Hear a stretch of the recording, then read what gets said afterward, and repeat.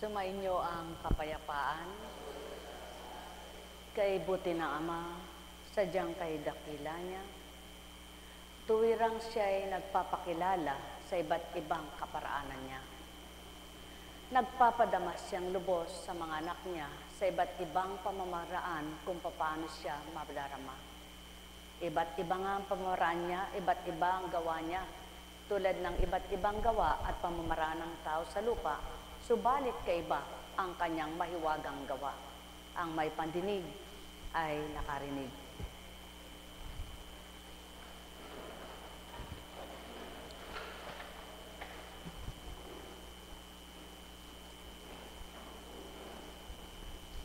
Magtiwala ka, maniwala ka, huwag kang mag-alinlangan, huwag kang mawala ng pag-asa. Maging matapat ka, maging matwid ka, maging makatotohanan ka. Yaon ang sa tuwin ay habilin, paalala ng sa mga anak ng Ama. Yaon na nga siya, laging may paalala. Iyan nga siya, laging may masasabi siya. Ngunit hindi lahat ng paalala niya, sinasabi niya, pinakikinggan, sinusunod ng mga anak niya. Kaya naman, ang nakikinig at sumusunod sa kanya, napapakilala niya kung ano siya at sino siya, at sila ang nagbibigay patotoo kung paanong buhay nga siya. Mula kay Mateo. Pagalis doon, nagbalik si Jesus sa tabi ng lawa ng Galilea at siya'y umahon sa burol at naupo. Nagdatingan ng napakaraming tao na may dalang mga pilay, bulag, pingkaw, pipi at marami pang iba. Inilagay nila ang mga may sakit sa harapan ni Jesus at kanyang pinagaling sila. Namangha ang mga tao nang makita nilang nagsasalita na ang mga pipi. Gumaling na ang mga pingkaw, nakalakad na ang mga pilay, at nakakikita na ang mga bulag, at nagpuri sila sa Diyos ng Israel.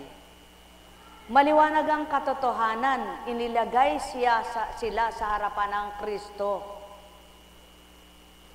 at sila'y pinagaling. Sa pananalig at pananampalataya ng tao, sa katotohanan lang, kahit wala pang ginagawa sa iyo, gagaling sa pagtitiwala mo sa salita lamang. Kaya naman maliwanag ang sinambit, pinagaling ka ng iyong pananalig, napagaling ka ng iyong pananampalataya. Sa makatwid, kailangan mabuhay ang pananalig at pananampalataya sa puso ng tao, sa diwa ng tao, hindi sa salita, hindi sa labi lang, kundi sa gawa. May pagtitiwala, may paniniwala na ito'y patutupad, ito'y magaganap, at ito'y masisilayan, ito'y makakamtan. Ano man ang hinihingi mo, inaangkin mo at pinananaligan mo na ito'y pangyayarihin ng Diyos mo, na tinatawagan mong tapat at totoo sa iyo. Naniniwala kang kaya niyang gawin ang hinihiling mo. Ang wag mo lamang hilingin sa kanya, mamatay na si Pedro at si Petra. Parang gusto mong makapatay ka pa ng kapwa mo at siya pang bibigyan mo sala. Ngunit kung ang hihilingin mo sa kanya, Panginoon, mabuhay nawa po si Pedro, mabuhay nawa po si Petra, yamang ako'y mahal mo, dinggin mo naman ako. Ang pananalig ko'y alam ko mabubuhay siya, sapagkat bilang isang anak niyang matwid na kumikilala sa kapangyarihan niya, ang hinihiling mo, kung magkakaisa kayo, ipagkakaloob niya. Kaya nga't sinabi niya, may isa, dalawa, tatlo't higit pa na nananampalataya, ipagkakaloob ko sa kanila. Sapagkat sino man ang nag-uusap at nagkakatipon sa kalagitnaan ay naroon siya. Ibig sabihin, kahit saan ka pa, kahit sino pang kasama mo, kung magkaisa at nagkakaisa kayo, naroon ang Ama mo, naroon siyang Ama nyo na nakikinig sa inyo at nagbibigay matwid upang makilala niyo at makita siya'y totoo, tapat sa tao. Buhay bang Ama? Kaya nga't walang nakatala, pinainom ko eka siya ng tableta. Walang nakatalang, pinainom ko siya ng dahon-dahon. Walang nakatalang, pinainom ko siya ng tubig. Walang nakatala, kundi nagsalita lamang. Naniwala, nakinig, at napakita ang himala at hiwaga ng kapangyarihan ng salita. At nang dahil ang tao'y tao at ang bahagi ng Ama ay maraming instrumento para gamitin sa mga tao na mga anak niya, pinatutupad niya at sinasalarawan sa panahon ng mga anak niyang ginagamit lamang, hindi na sa anak niyang ibinabat na ibaba upang ipatutuong ang kanyang espiritu'y taglay nito, ginamit ang mga propeta. Mula kay Eliseo, bumuhay ng patay, nagbigay kagalingan sa pamamagitan lamang ng pag-ihip ng hangin. Hinipan ng ilong, pamamagitan ni Elias, dinapaan. Pag nilayan yung lahat yan, dinapaan. At pagkatapos ay idinulog lang. Hinipan ang ilong at pagkatapos ay nabuhay. Propeta Elias, Propeta Eliseo, pinagtugmat, pinagsama ng Ama, ipinag-ulat at iniulat, hindi man lahat ay naitala, sa banal na aklat ang ginawa, ngunit kung babaybayin at tuwirang kikilala at magtitiwala ang sinuwang naghanap ng hiwaga, tuwirang mapapaniwalaan, noon pa man Diyos na nandakila, at kadakilaan ng Amang dakila, at Diyos na rin siya ngayon ang dakila, at kadakilaan dito sa lupa, at Diyos pa rin sa susunod na panahon na tunay na dakila at mahiwaga, at di mawawala at mapaparam sa ibabaw ng lupa. Sa makatwid, ang lahat ay binabahagi na niya ng matwid na pangunawa, yaong mga kikilala at tatanggap ng malawak na pangunawa, yaong maghahanap upang masumpungan ng kanyang kahiwagaan.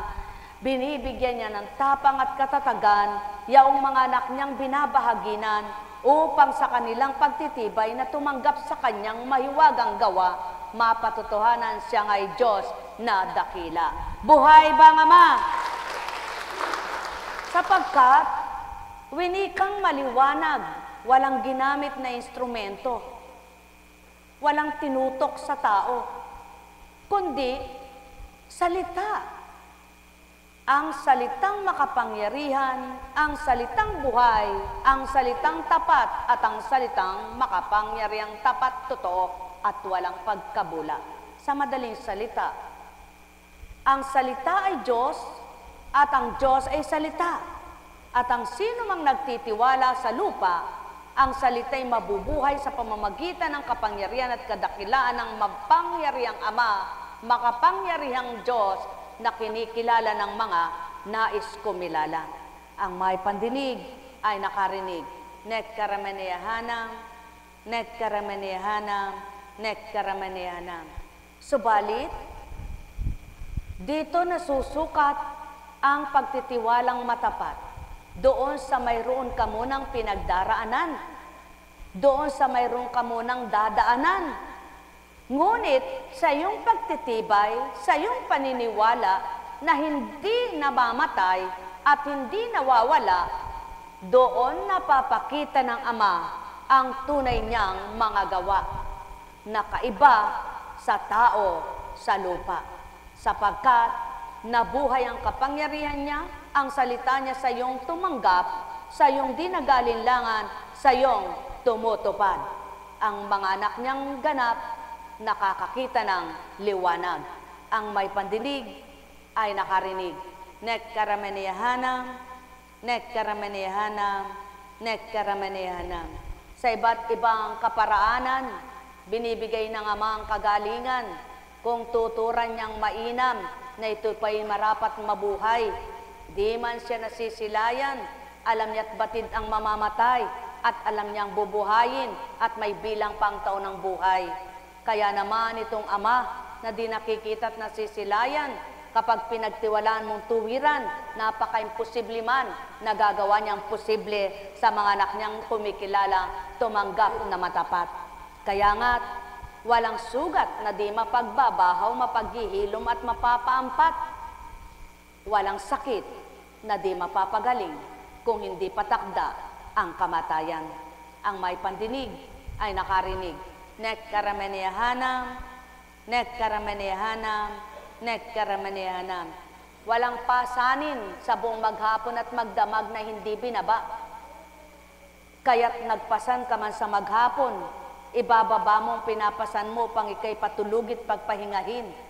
Alalaong baga, sinong naglakbay sa buong magdamag at maghapon na hindi tumugot siya?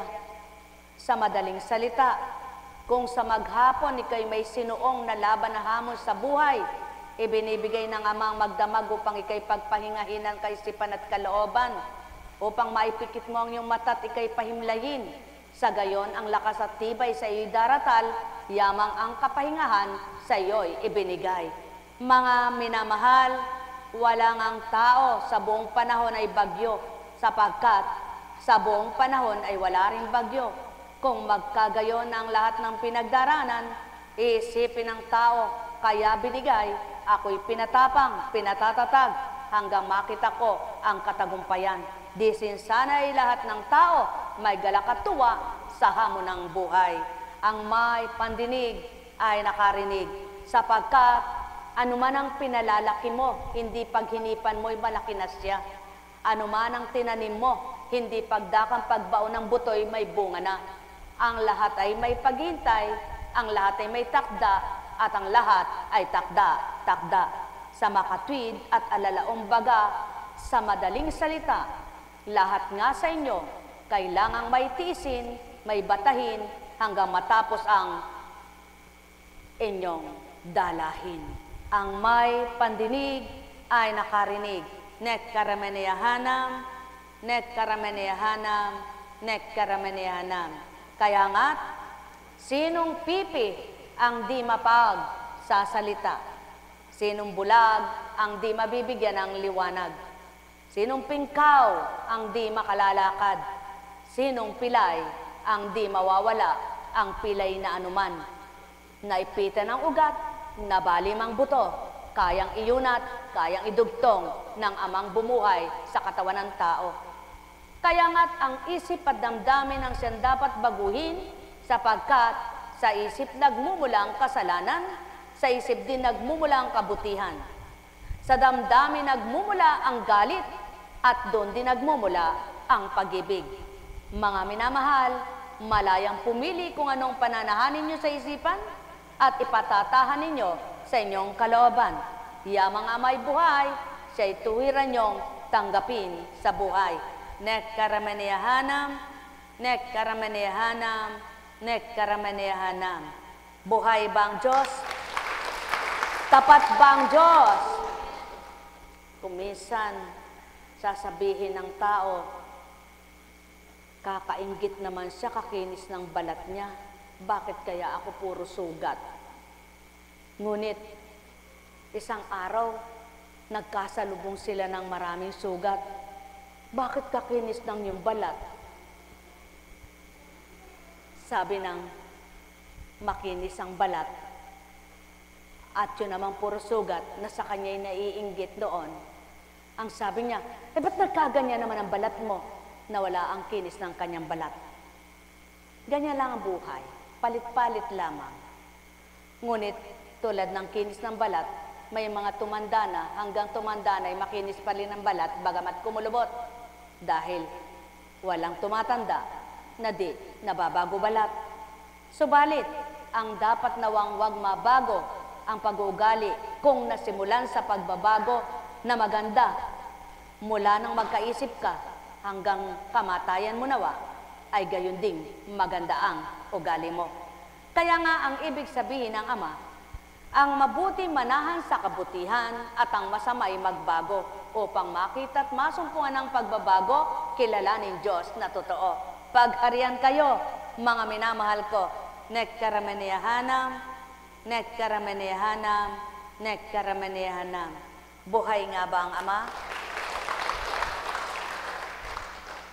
Sa kasaysayan ng pagtatala ng kaganapan sa inulat ni Mateo, dito sa kay Mateo, nandito lahat ang kahiwagaan kung papaano ang pagpapakain ng naparami ng 2 isda ay naging napakain lahat ng halos 5,000 sa 5 tinapay. May sumobra pa. Lahat ng kahiwagaan, lahat na napaka-imposible ay naitalat na bigay alam sa tao. Nandyan na yung patay na nabuhay. Nandyan yung lahat ng uri ng sakit na binaybay. Pilay, pingkaw, bulag, pipi, may ketong, may nalihan ng demonyo, etc. Wika nga ng tao. Ano ibig sabihin? Kung isa kang mananampalataya at isa kang magbabasa ng Biblia at nag-uulat, nagpapahayag, dapat ikaw muna ang unang magtiwala, dapat ikaw muna ang unang maniwala sa mga himala na nabasa mo, na naganap at pinatupad pala ito ng Ama't Kristo. Kaya pag ikaw ang nagkaroon ng mga dinaranas mo, dapat ikaw muna sa natutunan mo magsabuhay ng paniniwala, pagtitiwala, pananalig, pananampalataya, pagsasabuhay ng pag-asa, pag-angkin at pagtanggap. Upang sa gayon, sa hindi mo namamalayan lahat ng pagiging isang tunay mong halimbawa, lalo ka namang dumarami, lumalawak, naaabot mo ang mabuting diwa, ang kalaliman ng Ama, napababaw sa iyo, naunawaan mo ang lahat para sa Kanya. Sa makatwid, dapat kung nag-aaral, matuto. Huwag yaong parang isang batang pumapasok ng eskwelahan, wala namang natututunan, baon lang pala gusto. Ang may pandinig ay nakarinig. Buhay ba ang Diyos? Buhay ba ang Diyos? Tapat ba ang Diyos? Kaya sa mga panadero, nag-iisip sila ng iba't ibang timpla sa kanilang tinapay. Kapag ang may bakery, walang panadero, patay ang negosyo. Tama ba? Kapag ang Diyos, walang espiritu at walang gagamiting tao, patay atong mundo. Buhay ba ang Diyos? Sa makatwid, lahat ay instrumento, lahat ay pamamaraan, paraan, daan ang kailangan. At walang tunay na daan ng katotohanan, maliban ang Diyos ng katotohanan. At walang tunay na daan ng buhay, maliban ang Diyos na tagabuhay. At walang daan ng liwanag, maliban ang banal na Espiritu niyang taglay. Kaya't sa inyong lahat, sumainyo ang paghaharing tapat ng Diyos Ama, Diyos Anak, Diyos Espiritu Santo. Pagpalain kayo, di pa tapos. Alam kong magagawa kapag nakamtan nyo ng hiwaga at sa inyo mismo, sa inyong pagtitiwala ay pinatupad na ganap. Masasabi nyo, Diyos ko, kay rami kong binata. Ngayon eto, napatutuhanan mo, buhay ka palang totoo. Ikaw mismo, hindi mo na kayang ipaliwanag ang galak sa puso mo. Kapag sa iyong mga lahat ng tiniis, pagkatapos ng iyong pagtitiis, naibigay sa iyo ang ligaya at ginhawa, masasabi mo, Diyos ko, salamat na lamang po at di mo ako iniwanan. Ako'y iyong pinata't pinagtiisan din na ako'y wag tatalikdan. Lahat nga, para mayroon ka lamang may siwalat at may bahagi, kailangan mayroon kang pagdanan. At sa iyong mga pinagdaraanan at karanasan sa buhay, doon mo napapatutuhanan, nandyan lang ang Diyos mo, kasama mo ang Diyos mo, kakibat mo ang Diyos mo, karamay mo ang Diyos mo, at di ka niya pababayaan. Alam kong magagawa ang Ama. Alam kong may magagawa ang Ama pagkat winika niya, manalig ka na. Bawat araw ako sa inyo naghihintay.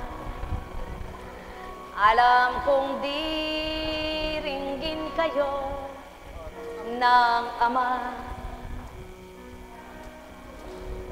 Alam kong diringgin kayo ng Ama pagka winika niya. Ay, mabait, narito. Manalig ka na. Katapang mo, bawat araw, ako sa inyo may nakalaan. Oh, mayroong magandang mangyayari sa inyo. Aking mga minamahal, mayroong magandang mangyayari sa inyo. Manalig, umangkin at tanggapin. Alam kong may magagawa. Alam ko'y meron na ang Ama. Alam kong may magagawa ang Ama pagka winika niya, manalig ka na. Bawat araw ako sa inyo may nakalaan. Mayroong magandang mangyayari sa inyo. Aking mga minamahal, mayroong magandang mangyayari sa inyo. Manalig, umangkin at tanggapin. Alam kong may magagawa ang Ama. Alam kong may magagawa ang Ama pagka winika niya, manalig. Alis kayo dyan, alis muna, alis muna, alis muna. Alis muna, sila muna. Sila muna, sila muna. Yung mga... Sila muna, yung mga wala. Sila muna, ano? Oh, sige, sila muna. Meron, teka. Yung wala pala, sabi ko yung wala. Meron ka na. Yung wala ka ko. Meron ka na. Meron ka na. Meron ka na.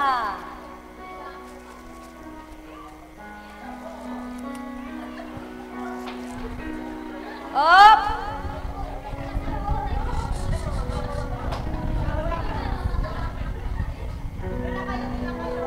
Kababait. Kababait.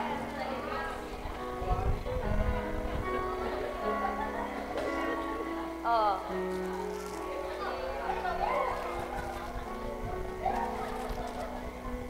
Mayroong magandang mangyayari sa inyo. Aking mga minamahal, mayroong magandang mangyayari sa inyo. Manalig, umangkin at tanggapin. Alam kong may magagawa ang Ama. Alam kong may, buti pa si Aya, mabait, magagawa ang Ama pagka winika niya, manalig ka na. Lagi niyong tatandaan, ano ba binigay niyo sa kapwa niyo? Di maaaring di ibalik ito ng Diyos Ama sa inyo, nang higit pa sa binahagit pinagkaloob niyo. Sapagkat tulad ng halaman, kapag may pinigtas kayo, may sisibol at sisibol pag muli iyan. Kaya't hambing sa inyong mga alay, sa wala kayong kamalayan, may paraang para ibalik ng higit pa sa inyong bigay. Kaya't ang lagi niyong tatandaan, mahimala at mahiwaga ang Ama, sa gawa niyang mabuti doon kayo lagi magtiwala, sa hindi niyo namamalayan, ang kanyang pagiging mahiwagang gawa, sa inyo'y patuloy na nakakamtan. Alam kong may magagawa ang Ama. Alam kong may magagawa ang Ama. Pagkat winika niya, manalig ka na. Bawat araw ako sa inyo may nakalaan. Mayroong magandang nangyayari sa inyo, aking mga minamahal. Mayroong magandang mangyayari sa inyo, manalig o mangkin at tanggapin. Buhay po ba ang Diyos? Wala man pong naging misa, talagang napakabait ng Ama, ano? Una, ang sabi, 4:30, naging 3:30 hanggang sa wala na. Sabi ko, nung nabago, Diyos ko, may gawain, matatapos anong oras, magmimisa 3:30. Kaya ng mga tao yung diretso, hindi kakain. Sabi ko, bahala na po kayo, Ama, pamamaya-maya. Apo, wala daw. Diretso, may kain. Buhay po ba ang Diyos? Kaya, ibig sabihin, pwede naman po tayo hindi kumakain hanggat tumatanggap tayo ng magandang kaloob ng Ama. Dahil di natin nararamdaman ang gutom. Paano kung naririto ka, wala naman dito yung isip mo, damdamin mo, sigurado kakalam-kalam ang tiyan mo. Kaya kawawa po yung mga gugutumin, baka humapti-antihan. Kaya sabi nga, tanggapin mo ang Panginoon, ano man yung alam mong wala ka, sa di mo namamalayan, meron ka pala. Yan po ang mga hiwaga na dapat matutunan ng tao. Yan po ang mga himalang gawa ng Ama na dapat paniwalaan at pagtanggap ng tao'y buhay at buo, upang ang pinakamahirap at mahirap para sa iyo, magaan para sa Kanya. Alam niyo po, kung magkamisan, sabi nga, alam mo na nandyan na, ngunit bakit biglang napihit? Hindi ibig sabihin binigo ka, kundi tinitingnan lang.